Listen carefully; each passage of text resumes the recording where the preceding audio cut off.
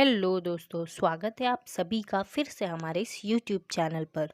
दोस्तों, आज मैं आपको एक्सप्लेन करने वाली हूँ एसपी का चैप्टर नंबर 6, जिसका नाम है the meetings of the company. Now no more delay, let's get started. तो सबसे पहले मैं आपको थोड़ा चैप्टर का आइडिया दे देती हूँ। तो आप सभी को पता है कि कंपनी में कोई भी काम करना हो तो वहाँ हमें सबकी परमिशन लेनी होती है, सबके सहमति के साथ ही काम होता है। अब अगर हमें सबका मत जानना है, सबकी सहमति लेनी है, तो जाहिर सी बात है कि हमें उनकी मीटिंग्स बुलानी होगी। तो इस चैप्टर में हम उन्हीं मीटिंग्स के बारे में पढ़ने वाले हैं। तो सबसे पहले हम देखते हैं इस चैप्टर का इंट्रोडक्शन। कंपनी भी एक पर्सन ही है, लेकिन कंपनी एक आर्टिफिशियल पर्सन है। वो खुद से कोई काम नहीं कर सकता है। कंपनी को कुछ लोगों की हेल्प लेनी पड़ती है अपने कामों को करने के लिए। कंपनी के अंदर जो भी मैनेजमेंट किया जाता है, जो भी एडमिनिस्ट्रेशन किया जाता है, सब डेमोक्रेटिक तरीके से होता है, यानी कि सब कुछ वोट करके ही किया जाता है। शेयर होल्डर्स के पास ये हक है कि वो डिसीजन ले सके ताकि कंपनी बहुत अच्छे से चल सके। अब हमेशा तो कंपनी के सारे मेंबर्स कंपनी में ही नहीं रहेंगे। कोई बहुत दूर से होता है, कोई इस स्टेट से होता है, कोई उस स्टेट से होता है, तो वो लोग हमेशा कंपनी के अंदर प्रेजेंट नहीं रह सकते। इसीलिए कंपनी को मैनेज करने के लिए शेयर होल्डर्स डायरेक्टर्स अपॉइंट करते हैं। शेयर होल्डर्स क्या अपॉइंट करते हैं? डायरेक्टर्स। और ये डायरेक्टर्स ही कंपनी को मैनेज करते हैं। जैसे ही नई कंपनी बनी ना, सबसे पहला काम क्या करना है? जितनी जल्दी हो सके फर्स्ट जनरल मीटिंग बुला लेनी है। और अगर कंपनी ने डिबेंचर इशू किया है तो तुरंत ही डिबेंचर होल्डर्स की मीटिंग बुला लेनी है। और अगर आप कंपनी को एंड कर रहे हो, यानी कंपनी का डिसोल्यूशन कर रहे हो, कंपनी को बंद कर रहे हो, उस टाइम पर भी आपको एक मीटिंग बुलानी होगी। तो इससे हम देख सकते हैं कि अगर आपको कंपनी में कोई भी काम करना है जो बहुत इम्पोर्टेंट है, तो उसके लिए पहले मीटिंग बुलानी होती है। अब हम देखते हैं मीटिंग का meaning. When two or more persons meet at one place together, discuss any issue and arrive at a common decision. जब दो से ज़्यादा लोग एक साथ मिलते हैं, कोई बात को डिस्कस करते हैं और उसके बाद एक डिसीजन पर पहुंचते हैं, तो उसी को हम कहते हैं मीटिंग। मीटिंग दो टाइप की होती है, एक फॉर्मल मीटिंग और एक इनफॉर्मल मीटिंग। जो फॉर्मल मीटिंग्स होती है उनके लिए पहले ही टाइम सबको बता दिया जाता है, डेट बता दिया जाता है, प्लेस भी बता दिया जाता है कि कहाँ मीटिंग होने वाली है, इशू बता दिए जाते हैं कि हम उसमें क्या मीटिंग करने वाले हैं, एजेंडा बता दिया जाता है, यानी टॉपिक बता दिया जाता है। लेकिन जो इनफॉर्मल मीटिंग है वो कभी भी हो सकती है, उसका कुछ फिक्स नहीं रहता है। अब हमारा नेक्स्ट टॉपिक है types of company meetings. Company के अंदर मीटिंग्स तो होती है, लेकिन वो कितने टाइप के होते हैं? 3 टाइप के होते हैं। पहला होता है शेयर होल्डर्स का मीटिंग, दूसरा होता है डायरेक्टर्स का मीटिंग, और फिर कुछ स्पेशल मीटिंग्स भी होते हैं। अब देखिए, the meeting of shareholders में आते हैं 3 meeting. First annual general meeting, then second में एनुअल जनरल मीटिंग, और third extraordinary general meeting. Meeting of directors में 2 मीटिंग आता है, बोर्ड डायरेक्टर्स मीटिंग और कमिटी मीटिंग। स्पेशल मीटिंग में कौन कौन से मीटिंग आते हैं? पहला ग्रुप मीटिंग, दूसरा मीटिंग ऑफ क्रेडिटर्स, या तीसरा meeting for the dissolution winding up of the company. तो ये थे मीटिंग के टाइप्स। अब बढ़ते हैं आगे। Specific words used at the time of organisation of meeting. जब हम मीटिंग करने वाले होते हैं तो कुछ खास शब्दों का हम उसमें इस्तेमाल करते हैं, जैसे कि notice, quorum, minutes book, proxy voting, agenda, chairman, voting, proposals and resolutions. अब ये सब क्या होते हैं, चलिए डिटेल में डिस्कस कर लेते हैं। तो सबसे पहले आता है नोटिस ऑफ द मीटिंग। अब ये नोटिस वर्ड आपने बहुत बार सुना होगा, इवन आपके स्कूल में जब आपके प्रिंसिपल, जब आपके एडमिनिस्ट्रेशन को आपको कोई इम्पोर्टेंट बात बतानी होती थी तो वो नोटिस ही इशू करते थे। बट एक्चुअल में ये नोटिस क्या होता है कंपनी में, वो हम यहाँ पर देखते हैं। So, a notice means a written circular provided to the members, directors or any other person required to be present in the meeting. Notice का मतलब होता है एक रिटन सर्कुलर, यानी कि एक ऐसा पेपर जिस पर कुछ लिखा हुआ हो। और ये रिटन सर्कुलर दिया किसको जाता है? मेंबर्स को दिया जाता है, डायरेक्टर्स को दिया जाता है और उन सभी पर्सन को दिया जाता है जिसे हमें मीटिंग में बुलाना है। तो इसे कहते हैं हम नोटिस। अब आता है ऑब्जेक्टिव, आखिर हम नोटिस देते क्यों हैं? तो सबसे फर्स्ट रीज़न है कि जब हमें मीटिंग के रिलेटेड कोई इन्फॉर्मेशन बतानी होती है तब हम नोटिस देते हैं। सेकंड, उसके बाद मेंबर्स डिसाइड करते हैं कि उन्हें उस मीटिंग में जाना है या नहीं जाना है। थर्ड, मीटिंग के अंदर क्या बात होने वाली है उससे बताने के लिए हम नोटिस देते हैं। फोर्थ, फिर मेंबर्स डिसाइड करते हैं कि उन्हें वोट किसके फेवर में करना है। फिफ्थ, करेक्ट टाइम बताने के लिए कि मीटिंग कब है इसके लिए भी हम नोटिस देते हैं। अब आता है the duration of notice. Company को मीटिंग के 21 दिन पहले ही सभी मेंबर्स को नोटिस भेज देना है। ये नोटिस रिटर्न फॉर्म में भी भेजा जा सकता है और ईमेल के फॉर्म में भी भेजा जा सकता है। देन आता है the details of the notice. Notice के अंदर कौन कौन सी डिटेल्स होती है? सबसे पहला, मीटिंग का डेट होता है और मीटिंग किस दिन होने वाला होता है। Second, venue of the meeting, यानी कि मीटिंग है कहाँ पर। Third, time of the meeting, meeting का टाइम क्या है। Fourth, agenda of the meeting, यानी कि मीटिंग के अंदर क्या बातें डिस्कस होने वाली है। ये सारी चीज़ें नोटिस के अंदर लिखी होती है। अब आता है next topic, the power to issue notice. आखिर ये नोटिस कौन कौन इशू कर सकता है? सबसे पहला, कंपनी के डायरेक्टर्स के पास ये हक है कि वो नोटिस को इशू कर सकते हैं। सबसे पहला किसको हक है? डायरेक्टर्स को।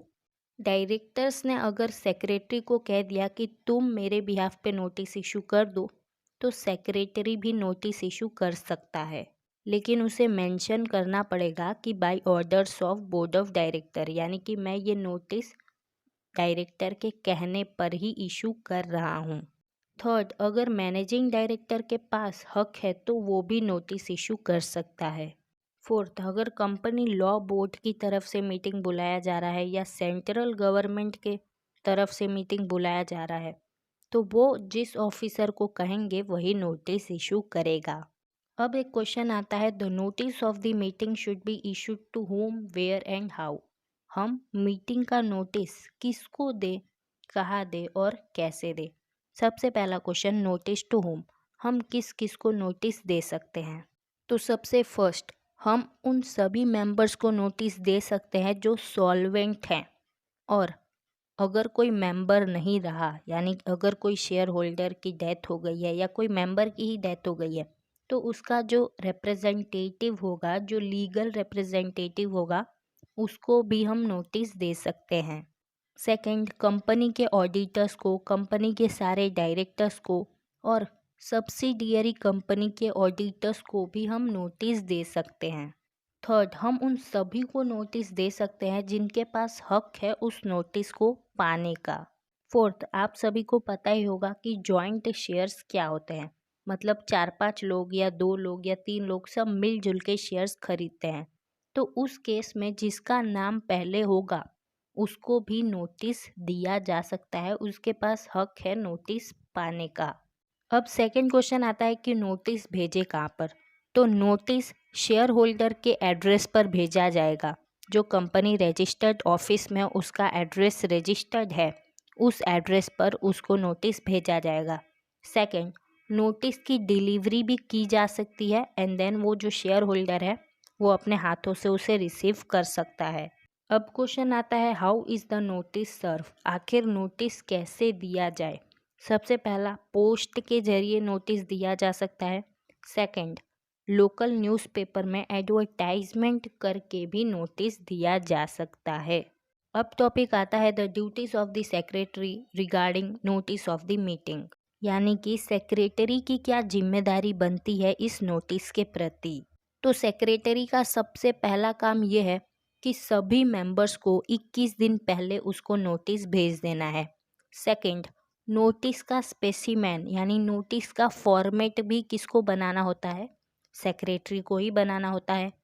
थर्ड, नोटिस के साथ साथ उसको जनरल मीटिंग का रिपोर्ट भी भेजना होता है। फोर्थ, उसी नोटिस के साथ साथ सेक्रेटरी को और भी कुछ चीज़ें भेजनी होती है, जैसे कि एनुअल अकाउंट्स की कॉपी, ऑडिटर्स रिपोर्ट की कॉपी, चेयरमैन के स्टेटमेंट की कॉपी, डायरेक्टर के रिपोर्ट की कॉपी, चेयरमैन के स्पीच की कॉपी, ये सब भी उसको नोटिस के साथ भेज देना है।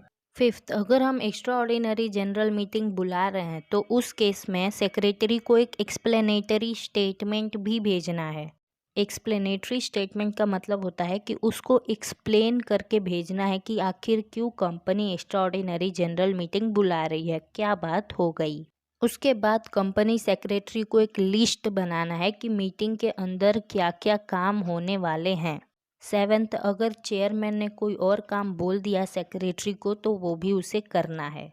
अब नेक्स्ट आता है एजेंडा। आखिर ये एजेंडा क्या होता है? The list of functions to be conducted at meeting is called agenda. यानी कि मीटिंग में जो भी काम होने वाले हैं उसका एक लिस्ट, उसको हम कहते हैं एजेंडा। एजेंडा के अंदर क्या होता है? सारे काम सीरियल नंबर वाइज लिखे होते हैं कि पहले ये काम होना है मीटिंग में, फिर ये काम होना है, फिर ये काम होना है। अब आखिर क्यों एजेंडा बनाया जाता है? तो ये इसलिए बनाया जाता है क्योंकि जब भी मीटिंग होने वाला है उसके पहले ही कंपनी वाले नोटिस के साथ एजेंडा भी भेजते हैं। अब एजेंडा भेजने से होता क्या है, मेंबर्स को पता चल जाता है कि मीटिंग के अंदर क्या बातें होने वाली है, क्या डिस्कशन होने वाला है, तो वो भी थोड़ा आइडिया लगा लेते हैं और फिर वो भी प्रिपेयर कर लेते हैं कि उन्हें मीटिंग में क्या बोलना है। अगर कंपनी के पास एजेंडा होता है तो सारे काम सीरियल नंबर वाइज ही होते हैं, मिस्टेक नहीं होता है और रिपीटिशन भी नहीं होता है, यानी कोई बात दो दो बार नहीं होती। अब आता है एजेंडा का इम्पोर्टेंस। सबसे पहला, सारा काम अकॉर्डिंग टू एजेंडा ही होना चाहिए मीटिंग के अंदर। सेकंड, जिस सीरियल नंबर से काम लिखा है उसी सीरियल नंबर से काम होना भी चाहिए मीटिंग के अंदर। थर्ड, जब मीटिंग चलती है उस समय चेयरमैन और सेक्रेटरी उस मीटिंग के अंदर ध्यान से बातें सुनते हैं और अपने नोट्स वो लोग कहाँ रिकॉर्ड करते हैं? एजेंडा के अंदर। अब देख लेते हैं कि सेक्रेटरी की क्या क्या ड्यूटी होती है। तो सबसे पहला काम है सेक्रेटरी का एजेंडा बनाना। एक बार उसने डिस्कस कर लिया बोर्ड ऑफ डायरेक्टर्स के साथ तो फिर उसको एजेंडा बनाना है। सेकंड, एजेंडा को किस तरह से बनाया जाए वो भी उसको ही सोचना है, यानी वो भी सेक्रेटरी को ही सोचना है। थर्ड, मीटिंग में जो भी काम हो रहे हैं, जो भी प्रोसीजर्स हो रहे हैं, उन्हें रिकॉर्ड करने का काम भी सेक्रेटरी का ही होता है। फोर्थ, कोरम की तरफ ध्यान देना, ये भी किसका काम है? सेक्रेटरी का। कोरम क्या होता है आपको नीचे पता चल जाएगा। फिफ्थ, मीटिंग के अंदर सब कुछ लीगल तरीके से हो, ये भी किसको ध्यान में रखना है? सेक्रेटरी को। सिक्स्थ, सबका सीटिंग अरेंजमेंट करना। अगर कोई कुछ रिकॉर्ड मांग रहा है, कोई डिटेल मांग रहा है तो उसे वो रिकॉर्ड देना, उसे वो डिटेल देना, सबके सिग्नेचर्स लेना। उसके बाद एक बार जब रिजोल्यूशन बन गया तो उसके अंदर अमेंडमेंट करना। ये सारा काम किसका होता है? सेक्रेटरी का। सेवेंथ एंड द लास्ट, सबको थैंक्स बोलने का भी काम सेक्रेटरी का ही होता है। अब नेक्स्ट टॉपिक आता है कोरम फॉर द मीटिंग। आखिर ये कोरम क्या है? The presence of minimum number of members for meeting is required for the legal validation of the meeting. इसे मैं आपको एक एग्जाम्पल के साथ समझाती हूँ। देखिए, समझ लीजिए, कभी कभार जब बहुत ज़्यादा बारिश होती है तो क्या होता है ना कि आपके क्लास में बहुत कम बच्चे आते हैं, तो उस दिन आपकी टीचर आपको नहीं पढ़ाती है। आप लोगों ने मोस्टली ये देखा होगा कि मतलब आपकी क्लास में होंगे 50-60 स्टूडेंट, बट उस दिन जिस दिन बहुत ज़्यादा बारिश हो रही है, बहुत ही तेज, तो सिर्फ 10-15 बच्चे ही आते हैं, तो टीचर नहीं पढ़ाती। क्यों टीचर नहीं पढ़ाती है? क्योंकि जितने बच्चे होने चाहिए उतने नहीं हैं, तो क्या करेंगे पढ़ा के? तो मीटिंग के अंदर भी यही होता है। जितने मेंबर्स होने चाहिए एक मीटिंग के लिए उसी को हम कहते हैं कोरम। और अगर उतने मेंबर्स नहीं हुए तो उस मीटिंग को लीगल मीटिंग नहीं माना जाएगा, इलीगल माना जाएगा। अब के ज़माने में तो डायरेक्टर्स वीडियो कॉन्फ्रेंसिंग के थ्रू भी मीटिंग अटेंड कर सकते हैं, तो ज़रूरी नहीं है कि उन्हें फिज़िकली ही कंपनी में आना है, वो उस तरीके से भी मीटिंग कर सकते हैं। अब आता है इम्पोर्टेंस। देखिए, एक पब्लिक लिमिटेड कंपनी में अगर 1000 शेयर होल्डर्स हैं तो उस समय एटलीस्ट 5 मेंबर्स को मीटिंग में आना है, उसे ही कोरम माना जाएगा। अगर शेयर होल्डर्स 1000 से ज़्यादा है और 5000 तक हैं, उस समय एटलीस्ट 15 मेंबर्स को तो मीटिंग में आना ही है, उसे कोरम माना जाएगा। और अगर शेयर होल्डर्स 5000 से भी ज़्यादा है, उस समय 30 जन को मीटिंग में आना होगा, उसे कोरम माना जाएगा। प्राइवेट लिमिटेड कंपनी की बात करें तो 2 जन भी होंगे तो उसे कोरम माना जाएगा। थर्ड, अगर कोई अर्जेंट मीटिंग बुला ली गई और कोरम कंप्लीट नहीं हुआ, यानी कि जितने मेंबर्स आने चाहिए उतने नहीं आए और मीटिंग को आधे घंटे से ऊपर हो गया, तो उस समय क्या होता है, जितने मेंबर्स प्रेजेंट है उन्हीं को हम कोरम मान लेते हैं और अपनी मीटिंग शुरू कर देते हैं। फोर्थ, अगर कोई कंपनी 1 पर्सन कंपनी है तो ये सारी बातें उन पर लागू नहीं होती। अब हमारा नेक्स्ट टॉपिक है चेयरमैन ऑफ मीटिंग। आखिर ये चेयरमैन कौन है, मीनिंग देखें। The person selected by the members to conduct the proceedings and management of the meeting is known as chairman. तो मेंबर्स जो पर्सन सिलेक्ट करते हैं ताकि वो पर्सन सारा काम करे, मैनेजमेंट करे मीटिंग का, उस पर्सन को हम कहते हैं चेयरमैन। चेयरमैन को कौन अपॉइंट करता है, मेंबर्स ही अपॉइंट करते हैं। अब आता है next topic, the appointment of chairman for the meeting. देखिए, अब ये जो चेयरमैन है ये क्यों अपॉइंट किया जाता है, ये इसलिए अपॉइंट किया जाता है ताकि मीटिंग के सारे प्रोसीजर्स वो ही करे। अगर किसी मीटिंग में चेयरमैन नहीं है तो उस मीटिंग को इलीगल माना जाएगा। जनरली डायरेक्टर्स के जो हेड होते हैं उन्हें ही चेयरमैन बना दिया जाता है और वही इंसान मीटिंग का मैनेजमेंट करता है। चेयरमैन को ये बात ध्यान में रखनी है कि जब मीटिंग हो तो सारा काम एज पर एजेंडा हो और जो भी डिस्कशन लिए जाए, जो भी डिबेट हो, जो भी रिजोल्यूशन पास हो, सब अच्छी तरीके से हो, आफ्टर वोटिंग ही हो। अगर कोई डायरेक्टर चेयरमैन नहीं बनना चाहता है या फिर 15 मिनट के बाद भी वो टाइम पर नहीं आया, तो उस समय क्या होता है कि जितने मेंबर्स प्रेजेंट है उन्हीं में से किसी एक को चेयरमैन बना दिया जाता है। अब हम देखते हैं चेयरमैन के क्वालिफिकेशंस। अगर किसी को चेयरमैन बनना है तो उसके पास क्या क्या क्वालिफिकेशन होनी चाहिए। सबसे पहला, उस इंसान को थोड़ा नॉलेज होना चाहिए कि चेयरमैन के क्या हक होते हैं, क्या ड्यूटीज़ होते हैं। सेकंड, उस इंसान के पास थोड़ा प्रैक्टिकल एक्सपीरियंस होना चाहिए कि मीटिंग को किस तरह से किया जाता है।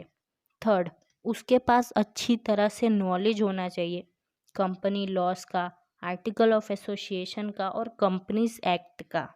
फोर्थ, उसके पास नॉलेज होना चाहिए कि किस तरह से जब झगड़ा हो जाता है तो सिचुएशन को हैंडल किया जाए, या फिर टेंशन हो जाए तो किस तरह से सिचुएशन को हैंडल किया जाए।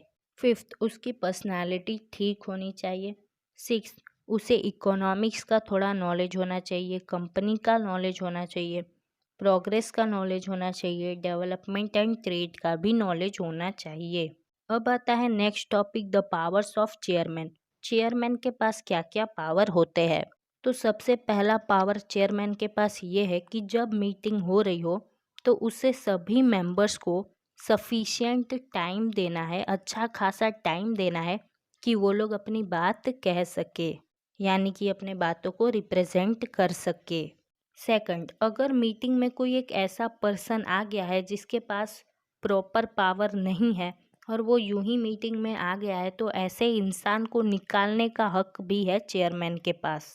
थर्ड, अगर कोई पर्सन कुछ बात बता रहा हो और कुछ लोग उसको डिस्टर्ब कर रहे हैं, उसको क्रिटिसाइज कर रहे हैं, डिस्टर्बेंस क्रिएट कर रहे हैं, उस समय चेयरमैन को सच्चाई जानने के बाद अपना डिसीजन लेना चाहिए।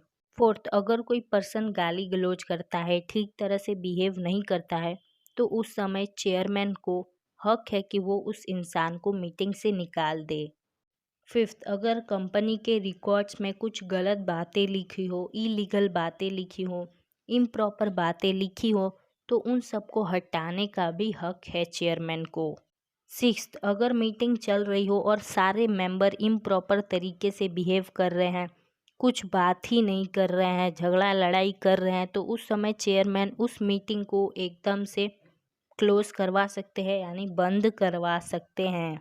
सेवन्थ, अगर मीटिंग में वोटिंग चल रहा हो और इक्वल वोट आ गए तो उस समय चेयरमैन को अपना एक वोट देना होता है, तो उसको वो वोट बहुत सोच समझ के देना है। अब हमारा नेक्स्ट टॉपिक आता है ड्यूटीज़ ऑफ चेयरमैन। चेयरमैन की क्या क्या ड्यूटी होती है। तो सबसे पहला चेयरमैन का ये ड्यूटी है कि उसको देखना है कि मीटिंग में सारे काम शांति तरीके से हो। सेकंड, उसको देखना है कि मीटिंग में जो लोग आए हैं वो कोरम के हिसाब से ही तो है ना, एटलीस्ट मतलब मिनिमम तो है ही ना।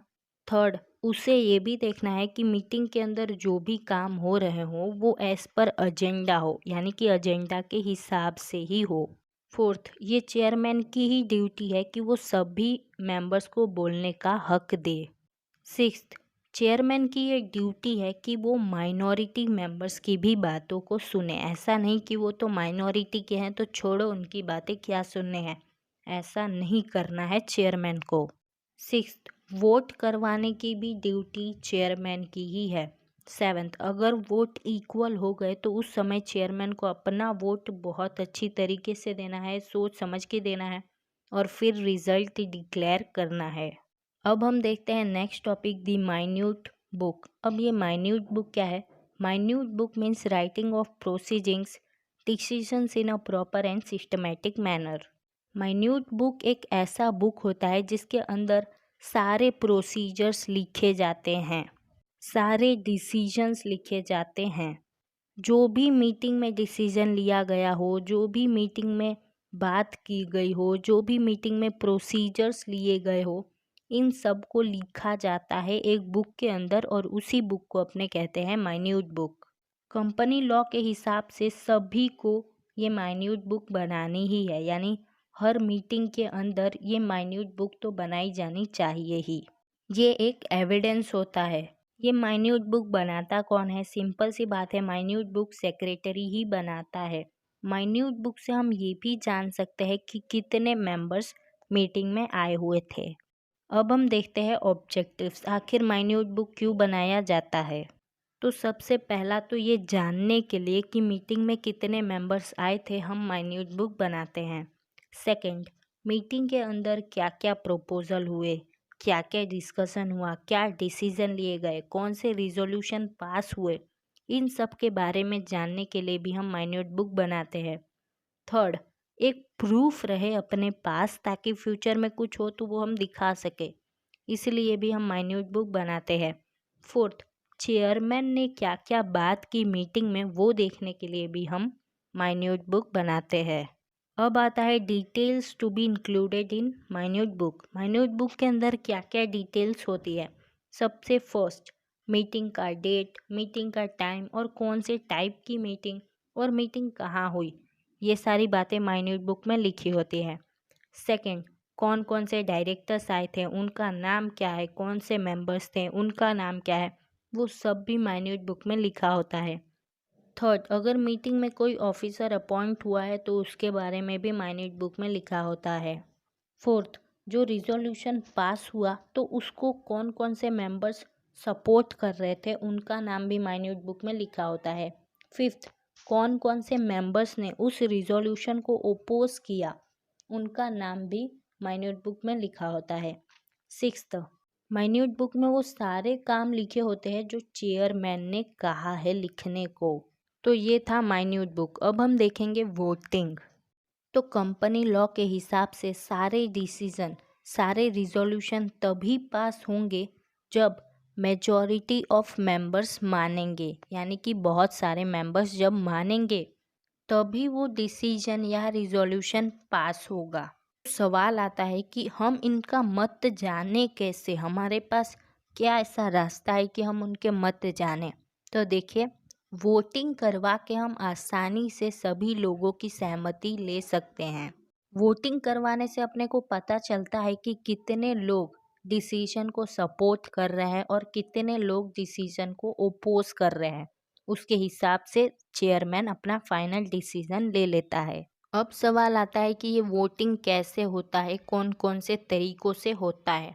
सबसे पहला voting by show of hand, यानी कि हाथ ऊपर करके वोटिंग होता है। सेकंड बाय वोकल या वॉइस, यानी कि हम मुंह से बता देते हैं कि मैं इसके साइड हूँ, मैं उसके साइड हूँ, और वोटिंग हो जाता है। थर्ड, वोटिंग बाय पोल, पोल से भी वोटिंग होता है। आपने पोल देखा होगा, बहुत सारे ऑप्शंस दिए जाते हैं और फिर सभी लोग वोट करते हैं। मोस्टली केबीसी में भी इसी तरह से वोट दिया जाता है। Fourth, voting by electronic machine, electronic machine के जरिए भी वोटिंग दी जाती है। Fifth, voting by postal vote, ये तो बहुत पुराना टाइप है, लेकिन इस तरह से भी वोट दिया जाता है, यानी पोस्ट के जरिए वोट दिया जाता है। Sixth, the voting by division of assembly, यानी कि चेयरमैन बोलता है कि भाई कौन कौन से लोग इनको सपोर्ट कर रहे हैं इस साइड आ जाइए, कौन कौन से लोग इनको सपोर्ट कर रहे हैं उस साइड चले जाइए। तो इस तरह से डिवाइड हो के भी वोटिंग किया जाता है। अब आता है रेस्ट्रिक्शन ऑन वोटिंग राइट, कौन कौन से लोग वोट नहीं दे सकते। सबसे पहला, वो शेयर होल्डर्स जिन्होंने अपने इंस्टॉलमेंट नहीं भरे हैं वो वोट नहीं दे सकते।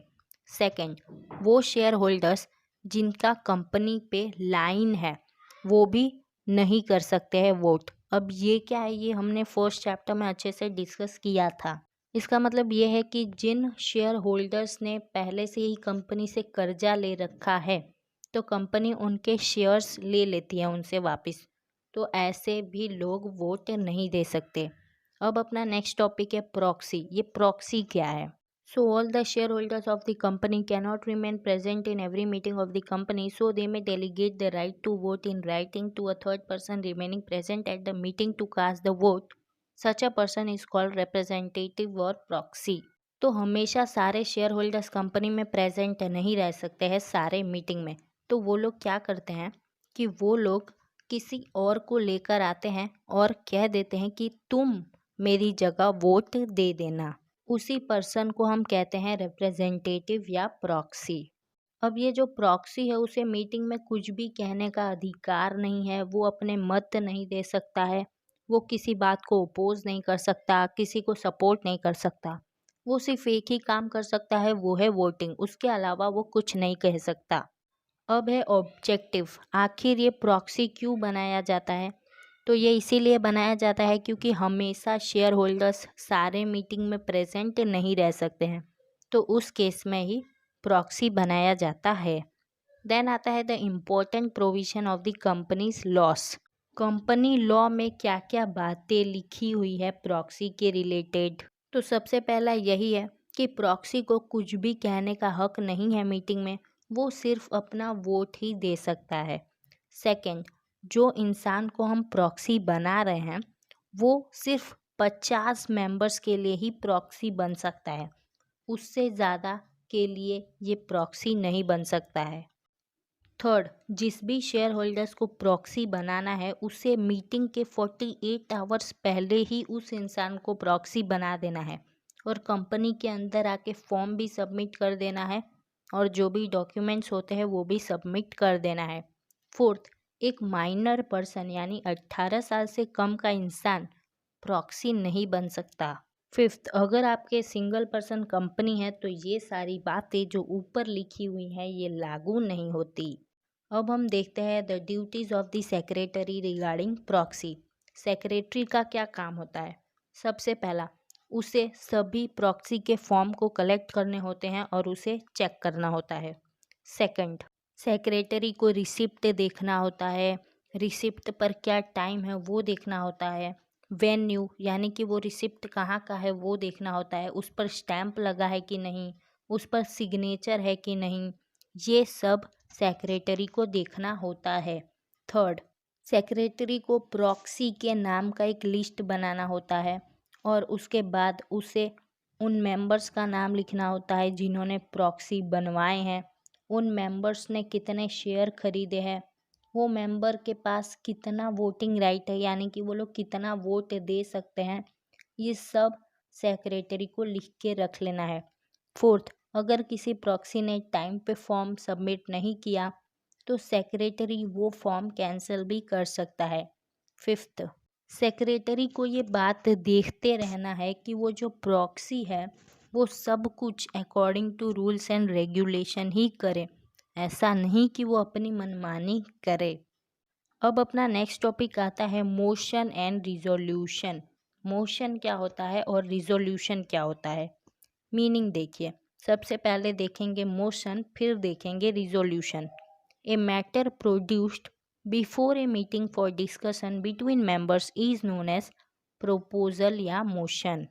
तो मीटिंग के ठीक पहले जिस बात पे सब लोग डिस्कशन करते हैं उसी बात को हम कहते हैं प्रोपोजल या मोशन।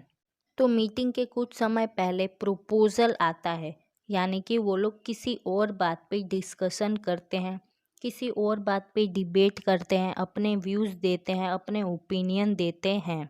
और जब वही प्रोपोजल वो लोग पास कर देते हैं, मतलब कि जब वही प्रोपोजल बहुत सारे लोग पास कर देते हैं तो वो बन जाता है रिजोल्यूशन। यानी कि मीटिंग के पहले वो लोग कोई एक बात उठाते हैं और उसी बात पे अपने व्यूज़ देते हैं, ओपिनियन देते हैं, और जब उस बात को वो लोग पास कर देते हैं कि हाँ ये सही है, तो वो बन जाता है एक रिजोल्यूशन। अब हम देखते हैं अमेंडमेंट इन मोशन, यानी कि जो हमने रिजोल्यूशन बनाया है उसमें हम क्या क्या अमेंडमेंट कर सकते हैं। सबसे पहला, हम उसमें कोई वर्ड ऐड कर सकते हैं। सेकंड, हम उसका कोई वर्ड या कोई सेंटेंस हटा भी सकते हैं। थर्ड, हम वर्ड और सेंटेंसेस के सीरियल नंबर बदल सकते हैं, मतलब ऊपर वाला सेंटेंस नीचे कर सकते हैं, नीचे वाला सेंटेंस ऊपर कर सकते हैं। फोर्थ, हम किसी वर्ड को दोबारा लिख सकते हैं। फिफ्थ, हम वर्ड्स की जगह भी बदल सकते हैं, इधर से उधर कर सकते हैं। ये सारा अमेंडमेंट हम कर सकते हैं अपने रिजोल्यूशन में। बट अमेंडमेंट करते समय अपने को ये बात ध्यान में रखनी है कि हम इतना चेंजेस ना कर दे कि वो रिजोल्यूशन पूरा ही बदल जाए, यानी जैसा वो पहले था उससे कंप्लीट ऑपोजिट हो जाए। ऐसा अपने को नहीं करना है। ओरिजिनल प्रपोजल जो है, ओरिजिनल रिजोल्यूशन जो है, उसे अपने को पूरी तरह से नहीं बदलना है। अब है अपना next topic type of resolution. दो टाइप के रिजोल्यूशन होते हैं, पहला है ऑर्डिनरी रिजोल्यूशन, दूसरा है स्पेशल रिजोल्यूशन। पहले देखेंगे ordinary resolution. So the resolution which is passed by simple majority during a meeting is known as ordinary resolution. तो जो रिजोल्यूशन एकदम सिंपल मेजॉरिटी के साथ पास हो जाती है उसे अपने कहते हैं ऑर्डिनरी रिजोल्यूशन, एकदम साधारण सा रिजोल्यूशन। अब देखिए द ऑर्डिनरी रिजोल्यूशन मीन्स, अब जब हम ये ऑर्डिनरी रिजोल्यूशन करने वाले होते हैं उसके पहले अपने को एक नोटिस जारी करनी है। सेकंड, हमें जब रिजोल्यूशन पास करना है तो जाहिर सी बात है कि हम वोटिंग करवाएंगे, तो हम वो वोटिंग करवा सकते हैं बाय शो ऑफ हैंड, यानी कि हाथ दिखा के, या फिर मुंह से बोल के, या फिर इलेक्ट्रॉनिक मशीन के हेल्प से भी हम वोटिंग कर सकते हैं। थर्ड, अगर इक्वल वोट आ गए तो चेयरमैन भी वोट दे सकते हैं। फोर्थ, कोई मेंबर अगर एब्सेंट है तो वो अपनी जगह प्रॉक्सी को भी बिठा सकता है।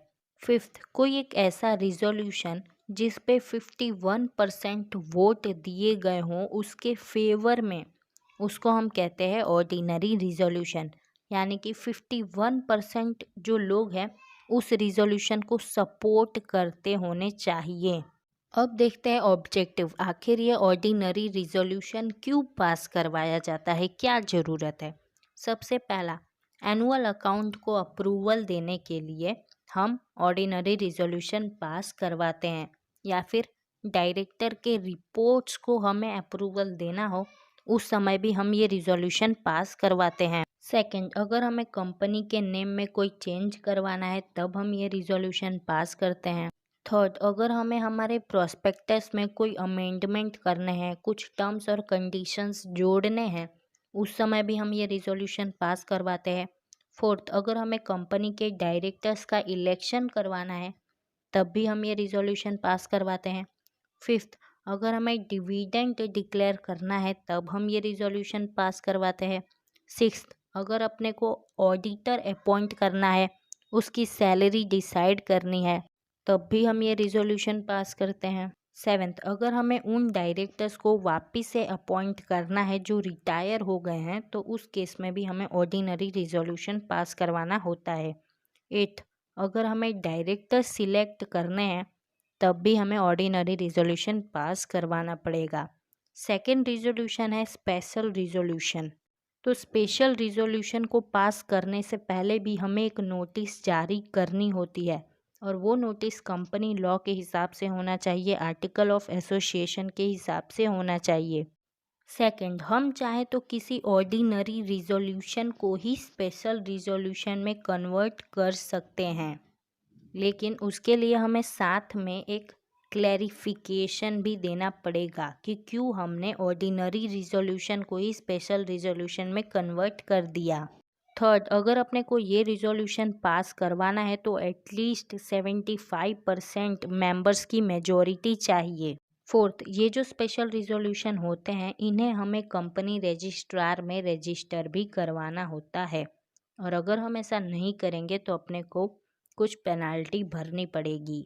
अब आता है ऑब्जेक्टिव, आखिर हम क्यों स्पेशल रिजोल्यूशन पास करते हैं। सबसे पहला, अगर हम कंपनी के नेम में कुछ बदलाव कर रहे हैं सेंट्रल गवर्नमेंट के परमिशन के साथ, तो उस समय हमें ये रिजोल्यूशन पास करना है। सेकंड, अगर हम कंपनी के आर्टिकल ऑफ एसोसिएशन में कोई अमेंडमेंट कर रहे हैं, कोई चेंजेस कर रहे हैं, तो उस समय भी हमें स्पेशल रिजोल्यूशन पास करना होगा। थर्ड, अगर हमें कंपनी का रजिस्टर्ड ऑफिस एक स्टेट से दूसरे स्टेट में शिफ्ट करना है, उस केस में भी अपने को ये रिजोल्यूशन पास करना होगा। फोर्थ, अगर मेमोरेंडम ऑफ एसोसिएशन में कुछ अमेंडमेंट करने हैं, उस केस में भी अपने को ये रिजोल्यूशन पास करना पड़ेगा। फिफ्थ, कुछ कंपनियां ऐसी होती हैं जो पब्लिक के बेनिफिट के लिए काम करती हैं, तो वो अपने नाम से प्राइवेट लिमिटेड शब्द डिलीट कर सकते हैं। तो जब वो ऐसा करते हैं तो उस समय भी उनको एक रिजोल्यूशन पास करना पड़ता है, स्पेशल रिजोल्यूशन। सिक्स्थ, अगर किसी कंपनी को रिजर्व फंड बनाना है, उस समय भी उन्हें ये स्पेशल रिजोल्यूशन पास करना पड़ेगा। सेवेंथ, अगर कंपनियों को अपने शेयर कैपिटल में रिडक्शन करना है या फिर अपने शेयर होल्डर्स के हक में कोई चेंज करना हो, मतलब अब उन्हें शेयर होल्डर्स को ज़्यादा हक नहीं देना है, थोड़ा कम ही हक देना है, वो नहीं चाहते कि शेयर होल्डर्स बहुत ज़्यादा आसमान में उड़े, तो इसके लिए भी उन्हें एक स्पेशल रिजोल्यूशन पास करना होगा। एट्थ, अगर कंपनी किसी डायरेक्टर को बहुत प्रॉफिट वाला पोस्ट देना चाहते हैं, उस समय भी उन्हें स्पेशल रिजोल्यूशन पास करना होगा। नाइन्थ, अगर कंपनी को कोई ऑफिसर बनाना है ताकि वो कंपनी का मैनेजमेंट कर सके, उस समय भी उन्हें एक स्पेशल रिजोल्यूशन पास करना होगा। देन आता है, अगर किसी मैनेजिंग डायरेक्टर को पोस्ट से हटाना हो, उस समय भी ये रिजोल्यूशन पास करना होगा। एंड लास्ट, अगर आपको अपनी कंपनी बंद करनी है तो आपको स्पेशल रिजोल्यूशन पास करना होगा। अब फटाफट से देख लेते हैं difference between ordinary resolution and special resolution. तो ऑर्डिनरी रिजोल्यूशन हम पास कर सकते हैं सिंपल मेजॉरिटी के साथ, सिर्फ 51% लोग मानने चाहिए, लेकिन स्पेशल रिजोल्यूशन अगर आपको पास करवाना है तो 75% लोगों की मेजॉरिटी चाहिए। सेकंड, जो ऑर्डिनरी रिजोल्यूशन होते हैं वो क्यों होते हैं, उन्हें हम क्यों पास करते हैं, क्योंकि हमें अपने एनुअल अकाउंट को अप्रूवल दिलवाना होता है, हमें डिविडेंड देना होता है, हमें ऑडिटर्स अपॉइंट करने होते हैं, उनकी सैलरी डिसाइड करनी होती है। इन सभी काम के लिए अपने ऑर्डिनरी रिजोल्यूशन को पास करते हैं। लेकिन हम स्पेशल रिजोल्यूशन कब पास करते हैं, जब हमें article of association, memorandum of association में कुछ अमेंडमेंट करनी हो, या फिर जब हमें कंपनी को वाइंड अप करना हो, बंद करना हो, उसके लिए एक लिक्विडेटर अपॉइंट करना हो। इन सब इम्पॉर्टेंट कामों के लिए हम स्पेशल रिजोल्यूशन पास करते हैं।